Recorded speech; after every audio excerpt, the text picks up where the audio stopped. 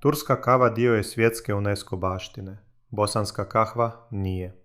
A koliko vas koji pijete kavu svaki dan zna zašto? Kava dolazi iz Etiopije, iz oblasti Kafa, i upravo je po toj regiji dobila ime. Iz Etiopije kava se najprije širi do Jemena, gdje se počinje redovito uzgajati i piti.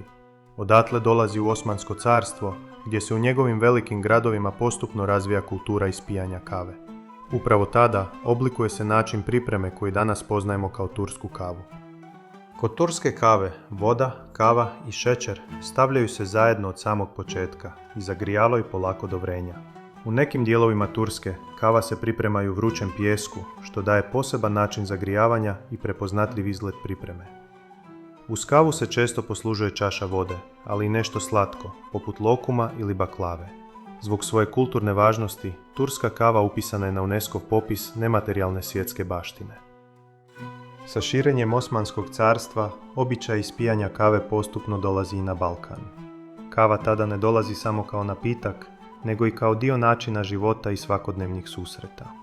Danas postoje različite vrste kave, ali dvije su najvažnije, Arabika i Robusta. Arabika daje aromu i okus, a Robusta daje jačinu. Na Balkanu se najčešće pije Arabika, često s manjim primjesama Robuste. Iako svijet tehnički napreduje, još uvijek velik broj kućanstava ima ručni mlin za kavu.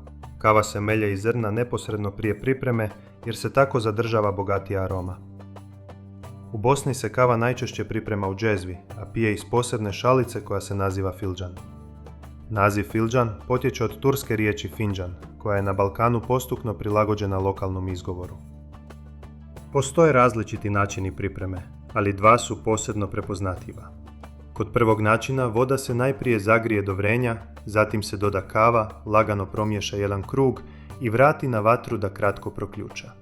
Kod drugog načina kava se najprije kratko zagrije u praznoj džezvi, ili kako se u Bosni kaže, kahva se ispeče, a zatim se dolije proključala voda i lagano promiješa. Najbolje je kada je temperatura vode između 92 i 95 stupnjeva Celzijusa, jer tada kava daje najbogatiju aromu. Za razliku od turske kave, kod bosanske se šećer najčešće ne ukuhava zajedno s kavom. Ovaj način pripreme spominje se i u sevdalinkama, poput stiha Kahvu mi draga i speci. Uz kavu se gotovo uvijek posluži čaša vode i nešto slatko, najčešće rahat lokum. Oni koji piju kavu sa šećerom često uzmu kocku šećera, kratko je umoče u kavu pa je pojedu. U Bosni ponekad nije svejedno kako naručiš kavu. Dogodi se da dvije osobe sjednu u isti kafić. Jedna naruči kafu, a druga kahvu i na stol stignu dvije različite stvari. Jedna dobije kavu u šalici, a druga džezvu s filđanom. Jer razlika nije samo u načinu posluživanja, nego i u doživljaju. Kažu, kava se popije, a kahva se doživi. A kad se kava popije, filđan se ne sklanja odmah. Okrene se na tanjurić, pa tada počinje ono što mnogi zovu čitanje iz filđana. Naravno, sve to često završi uz malo šale i smijeha, pa se tako mogu čuti i ovakvi primjeri. Muškarac pogleda u filđan i kaže: Alo Bona, vidim ti 2 puta. Prvi put ću ja, a drugi ko hoće. A ona odgovori kroz smijeh: Ma hajde, bolan ne bio. Ili recimo, žena pogleda u filđan i kaže: Vidim da će biti para. A muškarac pita: Gdje to vidiš? A ona odgovori: Eno, poštar ti nosi mirovinu. Bilo da netko vjeruje u to ili ne, čitanje iz filđana ostalo je dio druženja u skalu. U Srbiji se kava često priprema na način koji je bliži turskom, gdje se voda i kava stavljaju zajedno od početka.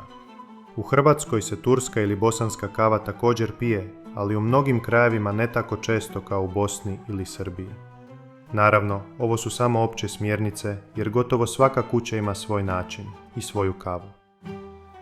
Danas sve više ljudi pije kavu na različite načine, ali još uvijek ima onih koji je pripremaju i piju na tradicionalan način, jer u Bosni se vrijeme mjeri kavom, a koliko traje jedna kava, to nikada nije pitanje vremena, jer dok kava pita koliko imam, kahva pita koga imam. A o tome što je pravi burek, možda neki drugi put.